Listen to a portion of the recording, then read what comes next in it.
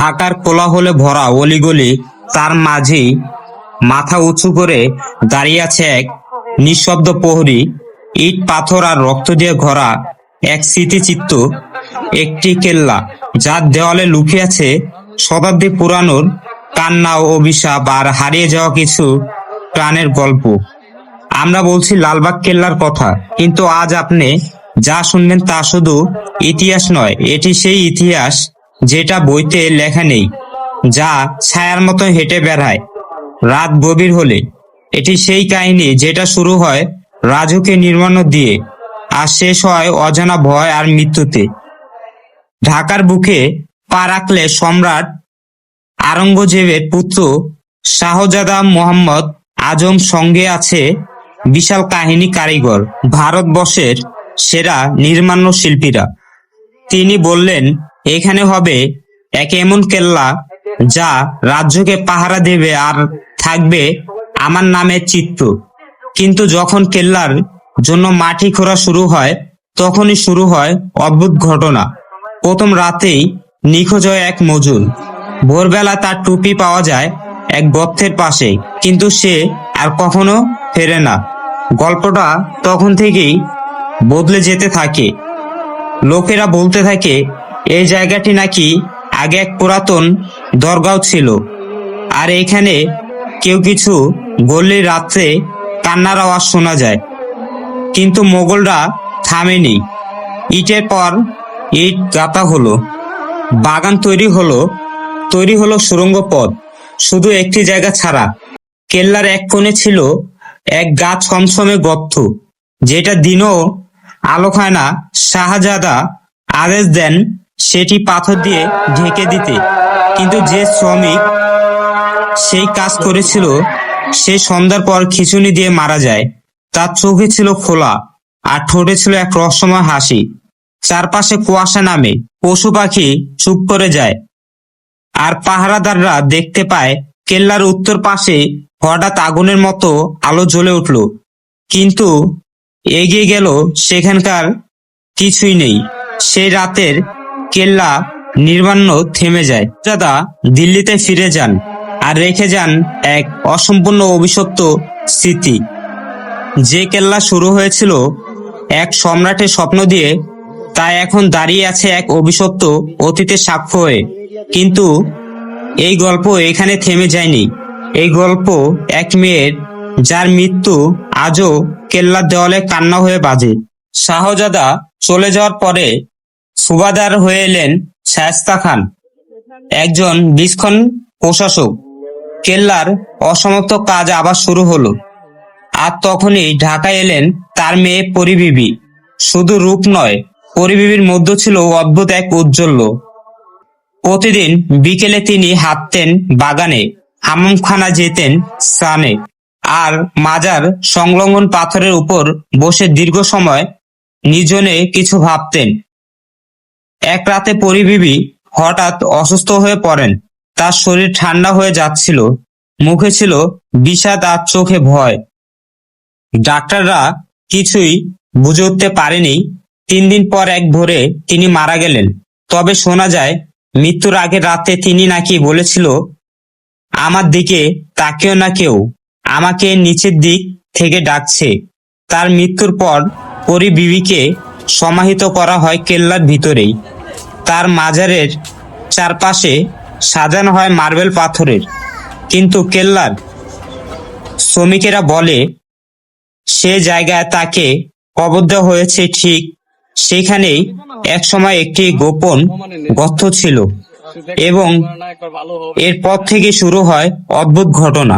পরিবিবির কবর রাতে জ্বলজ্বল করতে থাকে, যেন কারো চোখে সেখানে তাকিয়ে আছে। রাতের পাহারাদাররা ভয় পেয়ে যায়। একজন পাহারাদার একদিন হঠাৎ দৌড়ে পালায় আর বলে, আমি তাকে দেখেছি, সাদা জামা, খালি পা, সে তাকিয়েছিল আমার চোখে চোখ রেখে। এরপর শায়েস্তা খান ঘোষণা করেন এই কেল্লা আর কখনো সম্পূর্ণ হবে না। তিনি নির্মাণ পুরোপুরি বন্ধ করে দেন। এই কেল্লার দেওয়ালের নিচে আজও নাকি কিছু লুকানো। কেউ বলে গুপ্তধন, কেউ বলে প্রাচীনকাল থেকে লুকানো কোনো জিন বা আত্মা। পরী বিবির মৃত্যুর পর যারা কেল্লার নির্মাণ কাজ করতেন তারা একে একে অসুস্থ হয়ে পড়েন। তাদের অনেকে আজও হারিয়ে গেছে ইতিহাস থেকে। এটা কি শুধু কাকতালীয় নাকি সত্যি কেল্লার ভেতর আছে এমন কিছু যা চোখে দেখা যায় না কিন্তু অনুভব করা যায়? ইতিহাস বলে এই কেল্লা অসম্পূর্ণ, কিন্তু যারা এখানে রাত কাটিয়েছে তারাই বলে এই কেল্লা আজও বেঁচে আছে। এখানে এমন কিছু আছে যেটা শুধু গোপনে নড়াচড়া করে আর সুযোগ পেলেই গিলে ফেলে মানুষকে।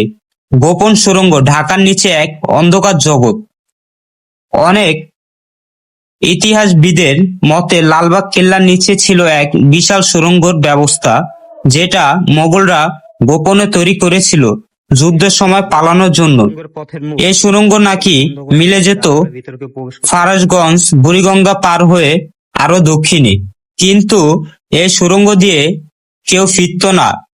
সেই কারণে জনগণ একে নাম দিয়েছিল অন্ধকারের পথ।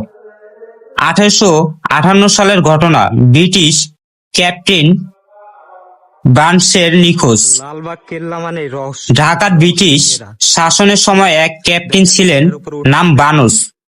তিনি ছিলেন ইতিহাস প্রেমী ও সাহসী। একদিন দুপুরে কেল্লার পরিদর্শনে এসে তিনি জানতে পারেন সুড়ঙ্গের গল্প। রাতে সকলের নিষেধ অমান্য করে তিনি নিজেই ঢুকে পড়েন সেই অন্ধকার পথের ভেতর। তার সাথে ছিল একটি মশাল, একটি পকেট ঘড়ি আর সাহস। কিন্তু তিনি আর ফেরেননি। পাহারাদাররা দেখলেন সুড়ঙ্গের মুখে রাখা দরজাটি আধা খোলা। ভেতরে গিয়ে মশালটা পড়ে আছে, পকেট ঘড়িটাও ঘড়ির কাঁটা থেমে আছে। ঠিক রাত 1:44।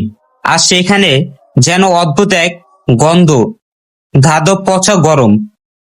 বানসের মৃতদেহ কখনো পাওয়া যায়নি, কিন্তু কেল্লার দেওয়ালে তার নাম লেখা ছিল ছোট করে, ব্রান্স ওয়ার্ডস হেয়ার অ্যান্ড গন। চোখে দেখা নয়, মনে টের পাওয়া।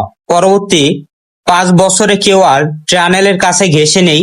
পাহারাদার বদলি চায়, শ্রমিকরা পালায়। লোকেরা বলে রাতের বেলায় সুড়ঙ্গ থেকে আসে মানুষের গলার আওয়াজ, এসো এসো আমার সাথে, নিঃসঙ্গ আমি।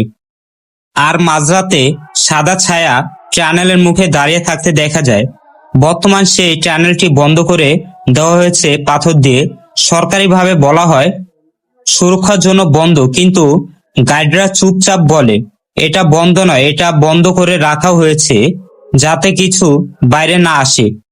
আপনি কি জানেন লালবাগ কেল্লার নিচে আজও কিছু না কিছু নিঃশ্বাস নিচ্ছে? হয়তো সে আমাদের ইতিহাস নয়, বরং আমাদের ভুলে যাওয়ার এক অভিশাপ যা এখনো থেমেনি। প্রাচীন কেল্লাগুলোতে যুদ্ধ, রাজনীতি আর প্রেমের গল্প যেমন থাকে, তেমনই কিছু জায়গায় থেকে যায় যেখানে শুধু নীরবতা নয়, কান পাতলে শোনা যায় অতীতের গুঞ্জন। লালবাগ কেল্লার ঠিক এমন এক স্থান হলো হামামখানা, এক স্নানঘর, এক নিঃসঙ্গ কক্ষ। আর সেই কক্ষে বহু বছর ধরে কিছু একটা অদ্ভুত ভাবে ঘটছে। শাহজাদা আজম এই হামামখানাটি তৈরি করেছিলেন নিজের ও পরিবারের জন্য। এর গাঁথনি পারস্যর আদলে, ভেতরের বাষ্প, স্নান ও বিশ্রামের জন্য বিভিন্ন চেম্বার। শুরুতে এটি ছিল আনন্দময়, তবে পরিবিবির মৃত্যুর পর এই জায়গাটি আর কেউ স্নান করতে চায়নি, কারণ সেখানে পানি পড়ার শব্দ হতো অথচ কেউ থাকতো না। আর ভেতরে ঢুকলেই শরীর ঠান্ডা হয়ে যেত, এমনকি গ্রীষ্মের মধ্যেও। 1871 সালে এক ব্রিটিশ গোয়েন্দা এখানে রাত্রে একা গবেষণা করতে এসেছিলেন। তিনি লিখেছিলেন, ভেতরে ঢোকার পর আমার পেছনে হাঁটার শব্দ পাই, ঘাড় ঘুরিয়ে দেখি কেউ নেই। 5 মিনিট পর পানি পড়ার শব্দ শুরু হলো, তবে সবকিছুই ছাপিয়ে আমি যেন অনুভব করলাম কেউ আমার ঘাড়ের উপর নিঃশ্বাস ফেলছে। পরের দিন সকালে সে জায়গায় ছেড়ে চলে যায়, কখনো আর ফিরে আসেনি। 1932 সালে এক বয়স্ক সন্ন্যাসিনী কেল্লায় এসেছিলেন, তিনি হামামখানার সামনে দাঁড়িয়ে অনেকক্ষণ নীরব থাকেন। তারপর বলেন, এই কক্ষে শুধু পানি নয়, আত্মার তরঙ্গ ঘোরে। এইখানে মানুষের শরীর ঢোকে কিন্তু আত্মা বের হতে চায় না।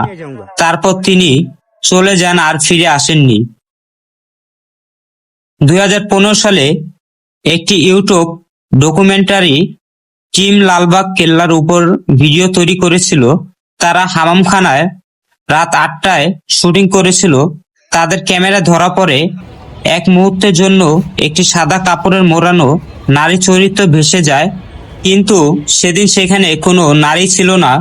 ভিডিও প্রকাশের কিছুদিন পর টিমের একজন সদস্য মানসিক ভারসাম্য হারিয়ে ফেলে এবং বারবার একটি কথাই বলতো, সে এখনো সেখানে দাঁড়িয়ে কুয়াশার ভেতর তাকিয়ে আছে।